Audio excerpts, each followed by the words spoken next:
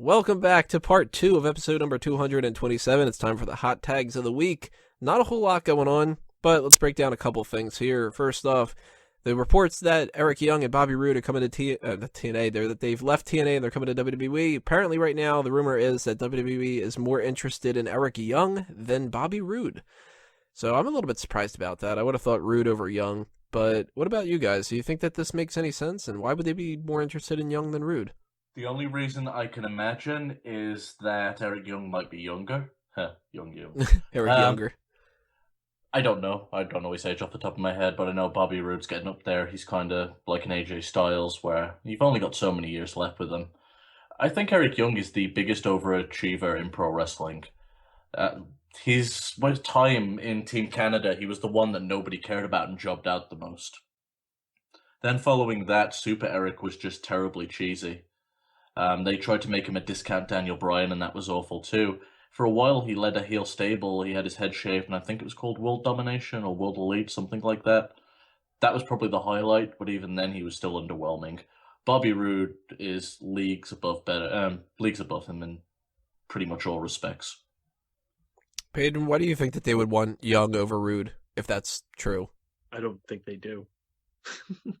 I think that's all a bunch of scuttlebutt. I don't give any credence to that. I don't think they want either of them, honestly. I think neither of them have much to give. Eric Young, I think the only reason he stayed as long as he did with TNA is because he was a company guy that did what they asked him to. Maybe if WWE needs another Funaki, maybe they'll bring in Eric Young. Besides that, they got no use for him. Bobby Roode, I just think he's too old. And yeah, you can name examples of other guys, yada, yada, whatever. They're better than he is. Bobby Roode can sit around in the indies for the rest of his life. He'll be fine. Sean, who do you think that is more valuable, Young or Roode? I would say, personal preference, I would say Roode. But then I would think Roode would do what James Storm did and just up and leave after like 2 months. That's kind of true, too. So, well, to be fair, he had an open contract, so he was open to better offers. If they wanted him, they could get him. I wonder how much money they would be offering Young and Roode. Because it can't be that much. Well, they've only got to compete with TNA, so a steak dinner and $5 a week. They're like, wait, is this steak guaranteed? Like, I'm not going to have to go hungry, right? And they're like, yeah, we'll give you the fucking steak, dude. We're not going to be that cheap. I wouldn't be surprised. I've been burned before. I wouldn't be surprised if Eric Young ends up in GFW, to be fair. I wouldn't be shocked either. All right, so Young's 36 too, so yeah, fuck him. I wouldn't be surprised if either of these guys popped up in Lucha Underground, for that matter. Have you ever watched Lucha Underground? These guys not their type of guy. Serious? I'd give Bobby Roode leeway in making a character there. Eric Young definitely not. Let's talk about this. I haven't seen this, and actually I don't even know if it aired yet. If this is just like some report about it. But this seems really interesting. There was an ESPN special, 30 for 30. Ric Flair apparently blades on the show. Huh. He just cuts himself open on fucking ESPN. The hell's wrong with this guy? Like, blatantly? Like, he says, this is a blade and I'm cutting myself? Yeah. Well. Like, what? You know what? At least I'm not at all shocked. At least they won't send blood packets anymore. That's true. But I'm curious as all hell. I gotta check this out when I get a chance, because I want to see if this is like, just sort of like a dare. If they were just, bullshitting around and they're like, so, you've made a lot of great memories over the years. I remember all the times that you were just like bleeding all over the place at this venue and this one or whatever. And he just goes, bleeding like this, but just starts cutting himself. And they're like, what the fuck? But Ric Flair, crazy old coot. I think it's kind of crazy that he just decided to do this on there. And if they actually wanted it to be like, can you show us how to blade? That's weird as fuck. But curious about what's going on there. If anybody has checked it out by the time this episode gets posted or whatever, leave that in the comments below. Tell us what ends up happening on there and what you think about that. The last thing for the hot tags that I had written down at the very least was this report that's going to happen where the Monday after WrestleMania, a couple days from now, we're going to have a rebranded Divas Championship. No longer going to be that butterfly belt. And it's not even going to be the Divas Championship anymore. It's going to be the Women's Championship. The new belt is going to be a white strap, and it's going to look more like the WWE title. I don't know exactly how, but we've been talking for years about that butterfly belt and how it looks stupid, and that the idea of the Divas Championship is a little kind of condescending in a way and whatever. I thought that a lot of people bitched and complained a little bit too much for it, but I'm okay with the idea of them switching this up, as long as it doesn't look like that fucking tag title mess. What do you guys think about this? Wago, I know that you are pro change when it comes to this, right? I think all the hate was justified for that championship. It's like, to be honest, Divas wrestling is a joke in WWE right now. They do it so much better in NXT. But at the same time, it still does need rebranding. You're not going to start having any change until you start taking it with respect in all aspects. Besides that, the Divas belt was ugly. Sean, what do you think about the new idea that they're going to be going with? I like it. I hope to God it's not going to be another stupid fucking animal. Like a dog or some shit. That'd be so great if they went these through women all have this. dogs, right? It's like everybody finally goes like, oh man, they're finally getting rid of that butterfly. And Dude, they're the like, kitten championship. I'd be totally down with that. right? A little mongoose or something. You Like, know what? I retract my statement about being serious. Fuck it, kitten championship, make it. And then, well, they're going to have to rebrand Total Divas to like Total Women or some shit. total women.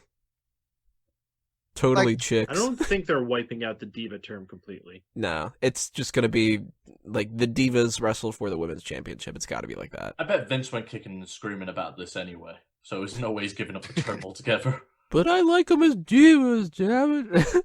I bet you Stephanie's behind this. You think? I would absolutely guarantee it. She's big on being a woman figure these days. You know, there's all this modern movements of women power and equality and all that shit. And divas has always been a derogatory term. So them to be held on the same level, just be calling a woman's champion, that's good. I can definitely see her behind it. Maybe she won't feel the need to emasculate people on every fucking episode of Raw then. She'll still just keep slapping everybody though. But Peyton, you like the idea that it's going to be a white strap? I mean, what?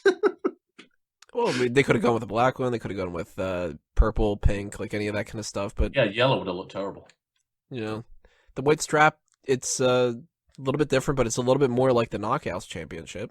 I mean, let me see it before you ask me what I think about what it looks like. Well, none of us know exactly what it looks like, but just in general, if they said to you, what color should it be, would you have gone with a white strap, or do you think that it sort of doesn't need to be separate like that? You know, it depends on what the plate is. Again, I have to see this whole belt before I can make a fair assessment of what it looks like. You can't just make an assessment of what the strap is without the main plate, the side plates, even the buttons. Like everything that goes into a belt design is very important, and they're generally pretty good with that. Mike, so what do you think about the next WWE Championship and how? Yeah, does that look good or bad? Well, it's an improvement. No, I mean, we could probably say that about the Divas title. I never hated that belt as much as many other people do, but I do think it's outdated, and I didn't realize how long we've had it. We've had that thing since 2008. That's 8 years we've had that title. And in 2008, it made sense. That was the era of Kelly and Michelle McCool and Candice Michelle, Layla and Candice Michelle. Like, it totally made sense for what was going on back then.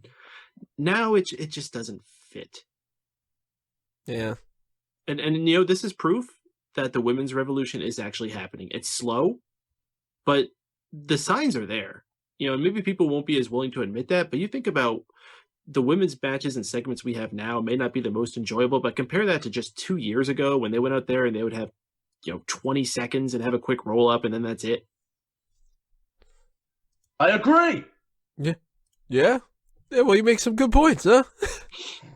Now can we change the strap color of the IC title back to black? Nah, that's got to stay white. It looks so much better that way. Actually, I'm an advocate of it changing to black too. Well, you could just do like the New Japan title does and just let it be white and never clean it until eventually it gets so dirty that it looks black. Yeah, that is pretty fucking nasty. Just as long as they never go back to that yellow. That is so gross. See, I'm fine for having custom strap colors for a person. Like if a guy like the Ultimate Warrior wants to come out with a yellow strap, that's fine. But don't have someone like, I don't know, like a Bob Backlund type character come out with that. That would be dumb. I thought that the yellow was just gross.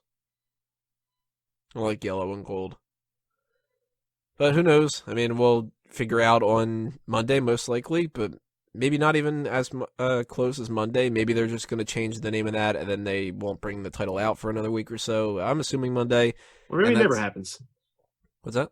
Maybe it never happens. Maybe it doesn't. I mean, it seems like they talk about something like this happening every like 2-3 years or so. Yeah, we've heard a lot of like scuttlebutt about that kind of stuff before, and it's come to pass with nothing. So if it doesn't happen, don't be too surprised. And if it does, then hopefully we get a really cool title. What about if it doesn't happen? Remember, if it doesn't happen, remember you heard it first here on Smack Talk.